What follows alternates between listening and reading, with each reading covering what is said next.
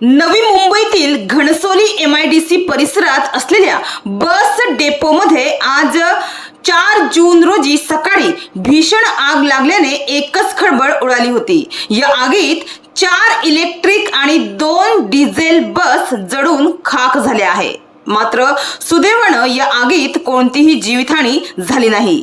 आग लागल्याचे लक्षात येताच अग्निशमन दलाच्या 5 गाड्या तातडीने घटनास्थळी दाखल झाल्या होत्या आणि अथक प्रयत्नानंतर अखेर आगीवर आता नियंत्रण मिळवण्यास यश आलं आहे। तर विशेष म्हणजे याच बस डेपोमध्ये 4 महिन्यांपूर्वीही अशाच प्रकारची आग लागली होती। त्यामुळे डेपोतील सुरक्षा व्यवस्था आणि देखभाल व्यवस्थेवर गंभीर प्रश्नचिन्ह उपस्थित होत आहे।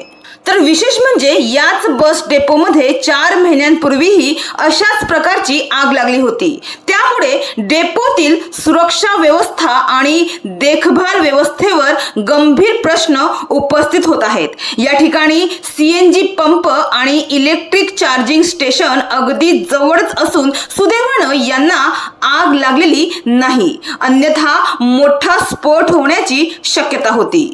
प्राथमिक माहितीनुसार सर्व बस पार्किंगमध्ये उभ्या असतानाच आगीचा भडका उडाला। ही आग शॉर्ट सर्किटमुळे लागल्याचा प्राथमिक अंदाज वर्तविण्यात येत आहे।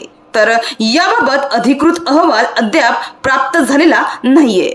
मात्र या घटनेमुळे घणसोली आगारातील सुरक्षा व्यवस्था, शॉर्ट सर्किट विरोधी उपाययोजना, चार्जिंग स्टेशनच्या देखभालीची पद्धत यावर प्रश्नचिन्ह निर्माण झाला आहे।